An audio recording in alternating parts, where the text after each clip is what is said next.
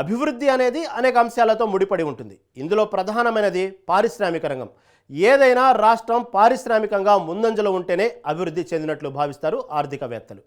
జగన్ సర్కార్ అభివృద్ధిని పూర్తిగా విస్మరించిందంటున్నారు ఆర్థిక రంగ నిపుణులు. ఏదేమైనా ఆంధ్రప్రదేశ్ను మళ్లీ గాడిలో పెట్టాల్సిన బాధ్యత ముఖ్యమంత్రి చంద్రబాబు నాయుడుపైనే ఉంది.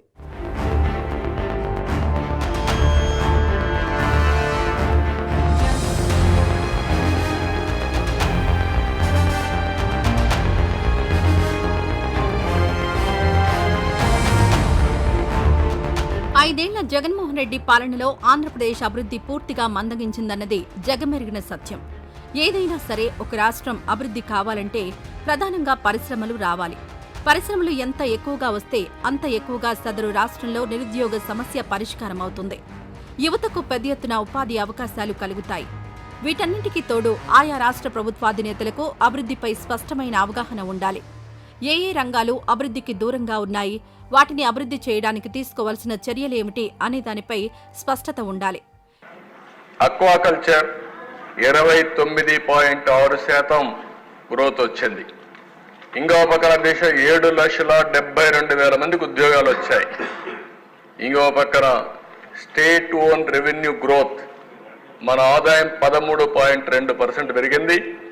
దేశంలో second fastest among major states అన్నింటిలో కూడా మంది రెండో రాష్ట్రంగా ముందుకు పోయాం.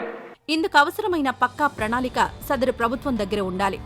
అయితే జగన్మోహన్ రెడ్డి సర్కార్ దగ్గర ఇవేవీ లేవంటారు ఆర్థికవేత్తలు. ఓసారి ఫ్లాష్ బ్యాక్ లోకి వెళ్దాం.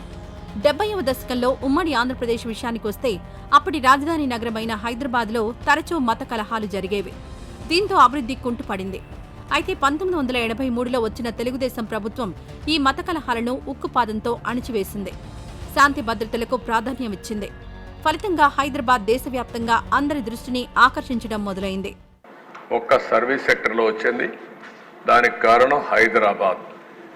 దీనివల్ల ఒక స్ట్రక్చర్లోనే ఈ రాష్ట్రానికి కొన్ని ఇన్హరెంట్ సమస్యలు వచ్చాయి. అలాంటి సమస్యలతో విభజన జరిగింది.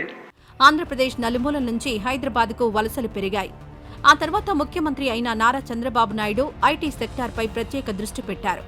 దీంతో అతి తక్కువ సమయంలోనే హైదరాబాద్ నగరం ఐటీ హబ్గా అవతరించింది. ఐటీ రంగంలో పొరుగున ఉన్న బెంగళూరుకు గట్టి పోటీ ఇచ్చే స్థాయికి ఎదిగింది హైదరాబాద్. ఇదంతా చంద్రబాబు నాయుడు దూరదృష్టి ఫలితమే అంటారు సామాజికవేత్తలు. కాగా ఆ తర్వాత వచ్చిన ప్రభుత్వాలు కూడా చంద్రబాబు నాయుడు వేసిన బాటలోనే నడిచాయి. ఫలితంగా హైదరాబాద్ ఇవాల్టి రోజున భారతదేశ పారిశ్రామిక పటంపై ఒక ప్రత్యేక గుర్తింపు తెచ్చుకుంది. పరిశ్రమలకు అవసరమైన మౌలిక వస్తువుల కల్పనలో జగన్మోహన్ రెడ్డి సర్కార్ విఫలమైందన్న విమర్శలున్నాయి. అంతేకాదు పారిశ్రామికీకరణ పట్ల జగన్మోహన్ రెడ్డికి ఒక అవగాహన అంటూ లేకపోవడం మరో కారణమంటున్నారు ఆర్థికవేత్తలు. ఏ ప్రభుత్వమైనా అటు సంక్షేమం ఇటు అభివృద్ధి ఈ రెండింటిపై దృష్టి పెట్టాలి. ప్రభుత్వం అనే రథానికి సంక్షేమం అభివృద్ధి రెండు చక్రాల్లాంటివి. కాగా సంక్షేమం అభివృద్ధి రెండింటినీ ప్రభుత్వాలు బ్యాలెన్స్ చేసుకోగలగాలి. అయితే అభివృద్ధిని జగన్మోహన్ రెడ్డి సర్కార్ పూర్తిగా నిర్లక్ష్యం చేసిందన్న ఆరోపణలున్నాయి. స్కిల్ ట్రైనింగ్ 8 లక్షల మందికి ఇవ్వగలిగాం. విసిఐసి, సిబిఐసి ఈ 2 ఇండస్ట్రియల్ కారిడార్స్ని Vizag Chennai industrial corridor, Chennai Bengaluru industrial corridor ఈ 2 కూడా డెవలప్ చేశాం. 14,213 ఎకరాలు ఇండస్ట్రియల్ ల్యాండ్ని మనం 1945 యూనిట్లకి అలాట్ చేసే పరిస్థితికి వచ్చాం. ఆంధ్రప్రదేశ్ దస్త్రాల్లో చూస్తే రాష్ట్ర ఇన్ఫర్మేషన్ టెక్నాలజీ ఐటీ విధానం ఒక అద్భుతం. దీని గురించి ప్రభుత్వ వర్గాలు చాలా గొప్పగా చెబుతుంటారు. అయితే క్షేత్రస్థాయిలో అమలు మాత్రం శూన్యం. జగన్ హయాంలో విశాఖలో ఐటీ రంగానికి రాయితీలు, ప్రోత్సాహకాలు కరువయ్యాయి. 100కు పైగా స్టార్టప్స్ మూతపడ్డాయి. అనేక సాకులు చెప్పి మరికొన్ని కంపెనీలను మూసేశారు. ఐబీఎం, హెచ్ఎస్బీసీ వంటి భారీ సంస్థలు వెనుదిరిగాయి. కొత్త కంపెనీల జాడలేదు. అసలు నైపుణ్యాభివృద్ధి కేంద్రాలు అనేవే ఆంధ్రప్రదేశ్లో లేకుండా పోయాయి. విశాఖలో చదువుకున్న యువత ఉద్యోగాల కోసం హైదరాబాద్, బెంగళూరు బాట పట్టాల్సిన పరిస్థితి చాలా కాలం కొనసాగింది.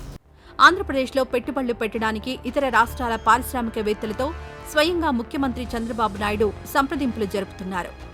ఇటువంటి తరుణంలో రాష్ట్రానికి మరికొన్ని నిధుల కోసం కేంద్రంపై ఒత్తిడి చేయాల్సిన బాధ్యత ముఖ్యమంత్రి చంద్రబాబు నాయుడుతో పాటు ప్రతిపక్ష నేత జగన్మోహన్ రెడ్డిపై కూడా ఉంది. ఈ విషయంలో తమిళనాడు రాష్ట్రాన్ని మనం ఆదర్శంగా తీసుకోవాలి. తమిళనాడు ప్రయోజనాల కోసం అక్కడి అధికార ప్రతిపక్ష నాయకులందరూ ఏకమవుతారు. అందరూ ఒక్కటై కేంద్రంపై ఒత్తిడి తీసుకొస్తారు. రాష్ట్రానికి అవసరమైన నిధులు తెచ్చుకుంటారు.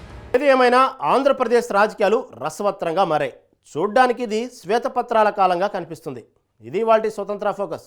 రేపు మరో అంశంతో మళ్ళీ కలుద్దాం. అప్పటి వరకు చూస్తూనే ఉండండి స్వతంత్ర టీవీ.